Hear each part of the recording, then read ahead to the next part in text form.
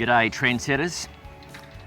This is the Allied Alfa Allroad, the do-it-all bicycle handmade in Little Rock, Arkansas, United States. The Allied Alfa Allroad isn't a gravel bike, it isn't a cyclocross bike, and it isn't a commuter bike. Rather, it's a do-it-all road bike that can facilitate 700 by 23mm tyres up to 700 by 38mm tyres. But more interesting than that is this bike's group set, which is Rotor's Uno group set. If you haven't caught the news on this group set, it is a hydraulic braking group set, which is nothing special nowadays, but this also features hydraulic shifting, which is quite different from the norms of mechanical and electronic shifting in this day and age. There are 7 blokes behind the scenes at Allied Cycle Works and 12 days total to produce one of these Allied frames. Those 12 days of the production cycle include various phases such as cutting, bonding, curing and painting, etc. All of that production happens under one roof at the company's facility in Little Rock, Arkansas, and as the company is very proud to mention, everything is handled in the United States. So without further delay, I'm going to cover all the details of the Allied Alfa Allroad and the Rotor Uno group set, including how it performs in regular real-world riding and racing situations. Rotor's shifting system works in a very similar manner to SRAM in that one shift lever handles all of the chores related to shifting. So to get to a harder gear, you simply push and you'll feel one click, and that will move the derailleur to a bigger gear or a smaller cog. To shift the derailleur to a easier gear or a larger cog, you simply push up and you'll feel 2 clicks. Very simple. The system can also do multiple downshifts, which is pretty much limited to how fast you can shift the shift lever.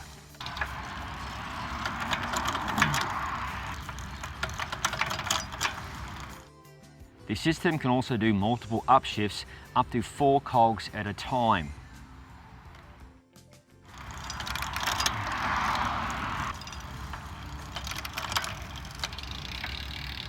The front derailleur also has multiple trim positions.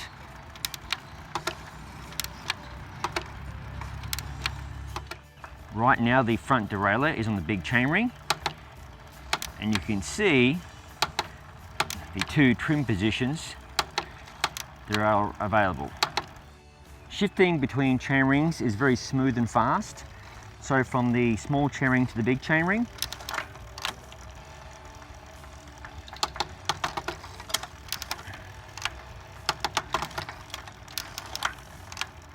so just to explain the shifting a little bit more, right now I'm in the furthest trim position on the front derailleur on the big chainring position. So if I tap once, it'll bring the derailleur closer to the second trim position on the front derailleur. So I'll move it left, and one more tap will bring the derailleur and drop the chain to the small chainring position.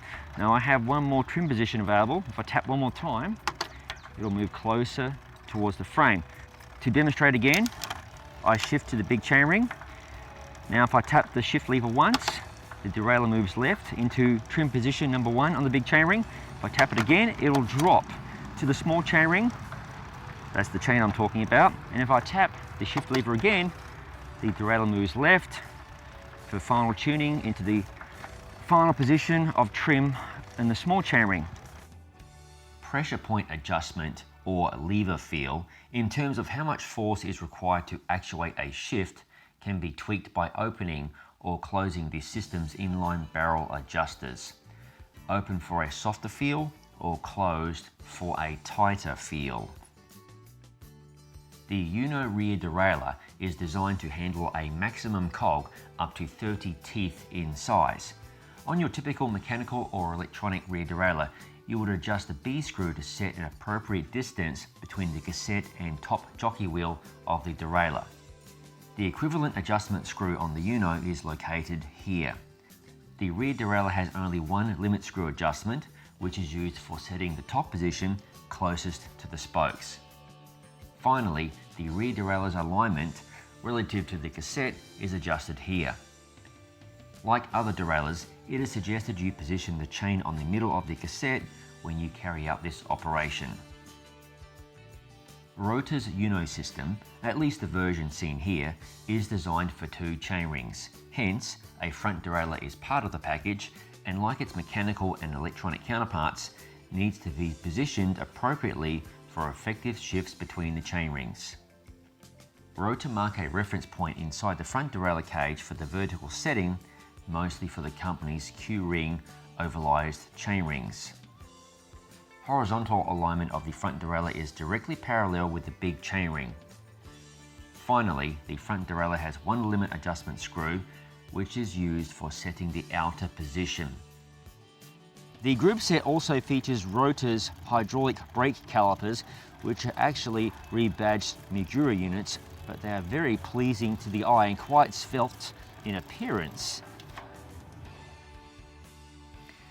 As alluded to earlier, the Allied Cycleworks Alfa Allroad is designed to be a do-it-all road bike designed for pavement, dirt, or gravel road riding. The team at Allied wanted to keep the performance characteristics of a great road bike when they designed the Alfa Allroad, but still have provision for at least 700C by 38mm tyres. Consequently, the chainstays and overall wheelbase are kept short and tight, in line with most high-performance road bikes. The Allroad is one of the cleanest bikes I've seen. The bike features internalized cable routing, which is par for the course nowadays, but Allied have done a stellar job of cable management. The frame is built using US-sourced unidirectional carbon and the company's proprietary Integra S high modulus carbon using a triple monocoque building technique. In a nutshell, monocoque generally means structural skin. In the case of the Allroad, the front triangle is molded in one piece, the chainstays are one assembly, and the seat stays are also one assembly. All of these pieces are joined together. Without paint, the Allroad frame weighs a paltry 920 grams, which I expect is for the smaller size, but regardless, is seriously light for a frame of this nature. Another thing to love about the Allroad is its bottom bracket shell, which is 68mm English thread. That means no annoying creaks or adapters and access to a ton of different bottom bracket options. Finally, this particular Allroad came equipped with Enve's SES 4.5 AR disc brake wheelset and a full Enve cockpit comprising of handlebars, seat post and stem. To say this bike has a top flight component spec is a bit of an understatement. I don't usually get too carried away with overall weight, but when fitted with a set of Panaracer Gravelking SK tyres in 700C by 35mm, 2 ounces of sealant per wheel, pedals and bottle cages, this complete bike weighs a smidge over 17 pounds. My first ride on this bike was a long roadie ride in Gainesville, Florida in late January of 2018, known as the Battle of Olustee. I fitted the bike with WTB's endurance tyres in 700C by 32mm, including orange seal sealant in each wheel. Unfortunately, there are only 1 or 2 photographs of me astride this machine from the ride, but I suffered through to the end with the front group, which can be a chore considering the ride begins rolling fast 40 miles out of town.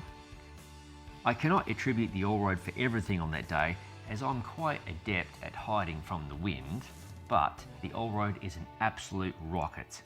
Its short 420mm chainstays and bottom bracket drop of just 69mm, which is similar to that of a lot of road bikes, are factors as to why this bike feels so sprightly in or out of the saddle. In my opinion, racing is the true test of any bike. Unlike a chilled out training ride, in this example a gravel race, you cannot always pick your own line for every moment on the course. Case in point is my appearance at the 2018 Big Scrub Gravel Buzz in Ocala, Florida. Decently fresh off a double hernia surgery, you don't ever want this to happen to you, this 95-mile mixed surface race had every conceivable road surface going, along with some seriously strong riders. The Allroad's Enve wheels were fitted with Panaracer Gravelking tyres in 700C by 35mm and orange Seal Endurance formula. In gravel form, the Allroad's geometry is definitely a lot racier than your average gravel bike, and that translates to feel and handling that is just like a top-end road bike. This trait definitely is not for everybody, but I absolutely love how this bike performed. For general gravel riding, the Allroad's ride is very forgiving, which I didn't really expect considering the performance-oriented fit and wheel spec on this example. I inflated the Panaracer Gravelking SK tyres at about 32 psi front and 35 psi rear, which really helped with the push factor, but regardless, this bike rides so smooth. If you're looking for a bike with big tyre clearance, this is not the bike for you. With the Enve wheels fitted with Panaracer Gravelking tyres mentioned earlier, they measured a smidge over 38mm wide. I didn't experience frame rub from the tyres during any of my rides on the Allroad, but this could become an issue if mud is present. The Allied Cycleworks Alfa Allroad is a premium carbon fibre do-it-all bicycle. If budget were no limit, this bike would be very high on my personal to-buy list, even though the bike does have limited tyre clearance.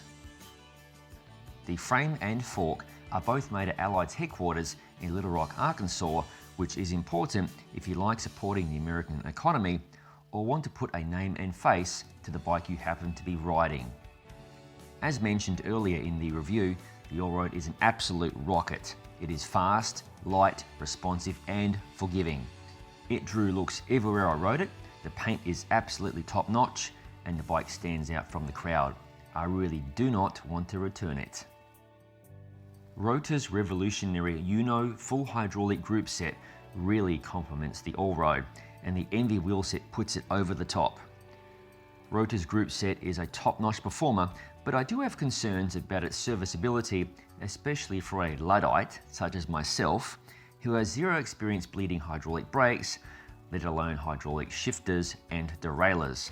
Thankfully, there are local bike shops for that sort of thing, but keep this in mind if you like to keep things simple.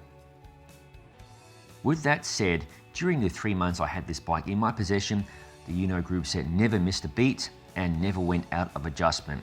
The group set is pricey and close to on par with the premium offerings of other Gruppo manufacturers, but if you're looking for a group set that is unique and way outside of the box, this is the group set for you. This is yet another review item I did not want to return. Be sure to check Rotor's website for more details on the group set, including tech videos, and the Allied Cycleworks website for sizing, paint colors, etc. Finally, I hope you found this review to be helpful and insightful. If you haven't already, please subscribe to the Gravel Cyclist YouTube channel and check out our other content on gravelcyclist.com. For the absolute latest bike tech and rumours, please visit my friends at bikerumour.com.